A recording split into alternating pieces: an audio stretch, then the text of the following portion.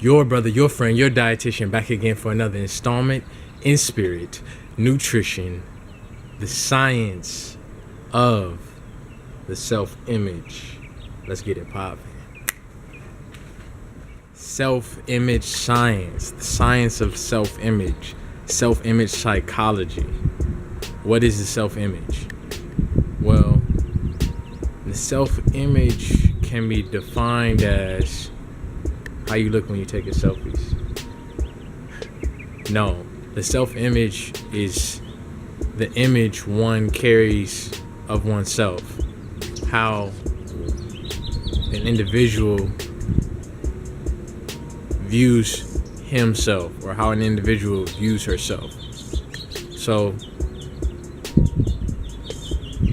self-image psychology, the largest exponent or proponent of this science was a brother by the name of Dr. Maxwell Maltz.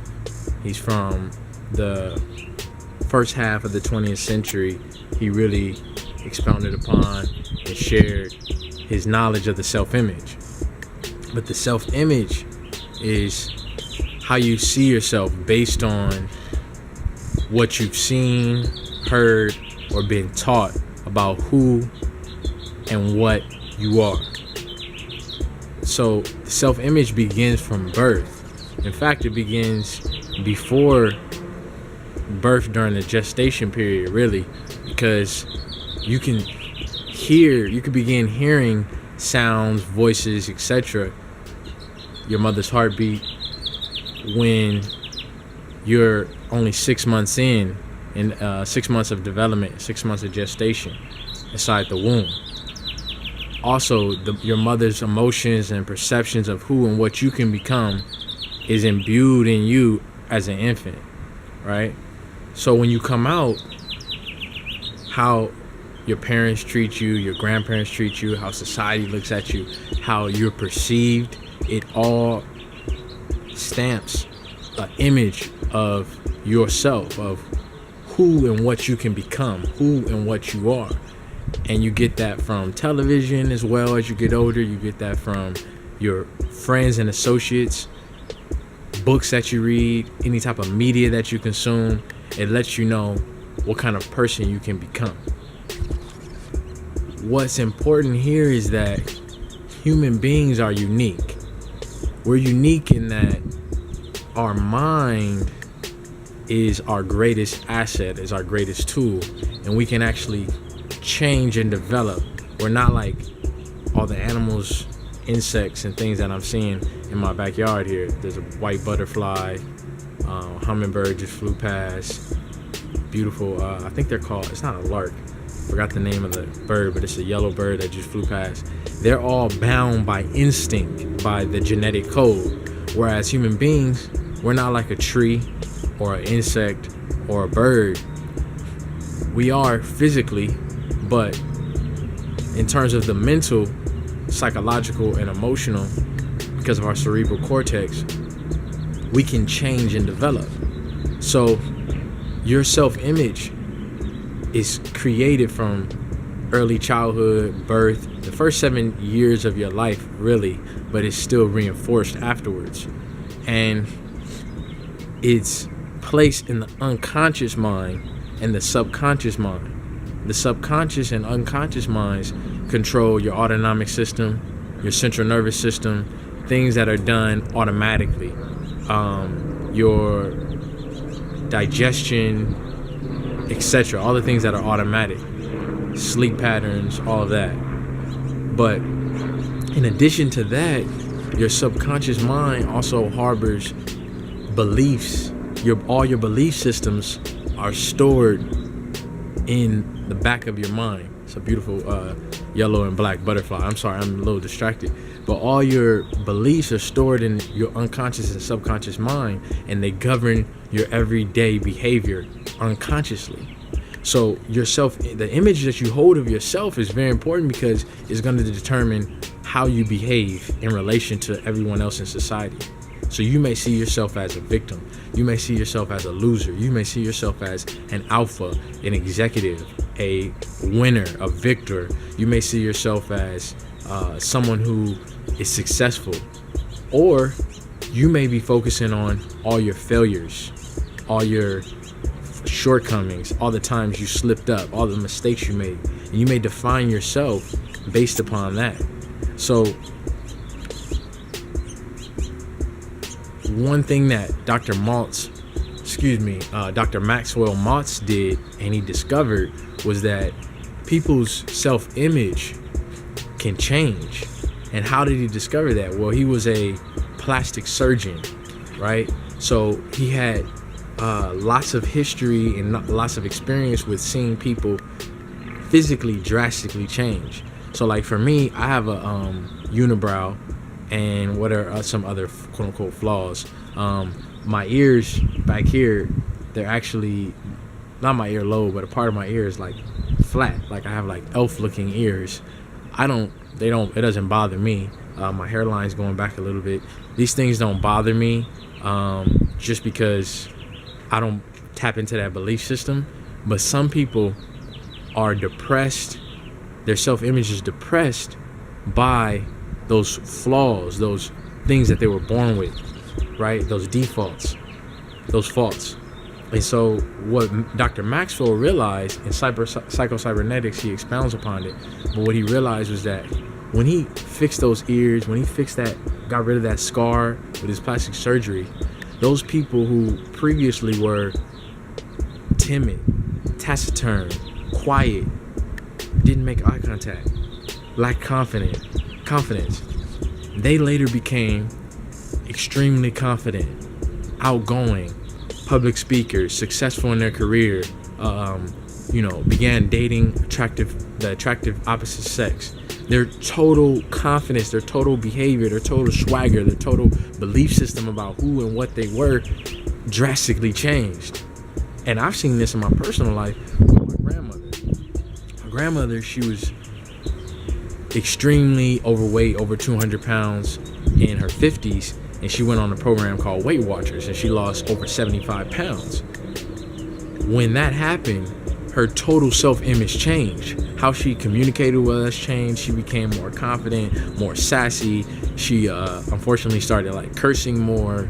She just became more in touch with her power. She felt like she could do more, say more, speak up, whereas before she was more humble, quiet, and meek. So Dr. Maltz said, wait a minute, there's something to this, because sometimes when I change people, say that nose is crooked, he was born with it his whole life. He had that hair lip, he had that cleft palate. I corrected it, and in the mirror he's flawless now, but he still has that low confidence. He still has that negative self-image. What is it? What's the difference between the one who was quiet, looking down, always self-doubting, and once he or she got the change, they did a 180 switch over, versus this guy, he still thinks that his cleft palate still shows, or his lip is a little uneven, or his nose is still not perfect. And he realized it was the psychology of the self-image. The physical changed, but the self-image didn't change. And so that person still behaved out and lived out that script of being a victim, being a pariah, being an outcast, being someone who didn't deserve wealth, happiness, and confidence, contentment, joy, great experiences, beautiful women, travel, whatever it is that person should have embodied. So what he realizes that it's a deeper psychology to it, is that people can change their self-image and thereby change who they become. Personally, I had to repair and improve my self-image, and I think it's a continual thing. But I had the self-image of a victim. In my other videos, I talk about how I was orphaned as a teen. My father trafficked cocaine. It was, his lifestyle stigmatized, seen as a social outcast, seen as a menace, the offspring of a menace to society. I had a very low self-image, but I'm still building and working on the self-image. Another aspect of the self-image is how you would see yourself perform in a task. So when there's a beautiful girl walking past and you know, you want to talk to her, you're attracted to her, she's beautiful, but your self-image is saying, I'll fumble it, you know what I mean? She won't be attracted to me. I'm not clever enough. I'm not witty enough. You envision yourself as that loser. You envision yourself even unconsciously, subconsciously, as someone who can't have her, who can't handle that. Or if you get a new job, your self-image may not see you as successful in that position, may not see you successful in that capacity, in that leadership role. I just recently became a leader and more powerful in my career, in my position, and I lead like a team of 8 people. They're all either my age or my senior, and I have to constantly work on my self-image of seeing myself as a leader, seeing myself as poised, seeing myself as someone with equanimity, someone, an executive, a powerful person. And I'm going to talk more on how to build the self-image, how to repair the self-image and improve the self-image in my next video. But for now, I'm just defining the science of the self-image. By, just give you a tidbit, by visualizing yourself in a successful state, visualizing yourself completing the things that you previously thought you couldn't or subconsciously believed you couldn't, you begin to alter the self-image and improve the self-image. As well as recalling all your successful times is a way to build up and improve the self-image. So for me, I do like public speaking, and my self-image, I tap into all the times in my life in the past where I spoke before large crowds with no fear, with, you know, I was intrepid, I was courageous, I was calm, and I tap into that and visualize myself doing that. And so when I speak before crowds, if I'm publicly speaking, I have a strong self-image of someone who could control the crowd, someone who can manage the crowd, someone who can win their hearts. And so in all positions in life, look at your self-image, see and examine it and say, is this a victim self-image? Is this a victor self-image? Where can I improve on my self-image? Your brother, your friend, your dietitian, back again for another installment, sharing some self-improvement, sharing some good health and mad wealth. Health is emotional well-being, health is psychological well-being, health is good health habits, disciplines, health disciplines, whether it's physical activity, eating healthy, more alkaline, more green, or if it's mental habits like feeding yourself this good food. So your brother, your friend, your dietitian, back again for another installment. In spirit, nutrition, we talk about the science of the self-image. Let's repair the self-image. Let's delve into the self-image. Bless up.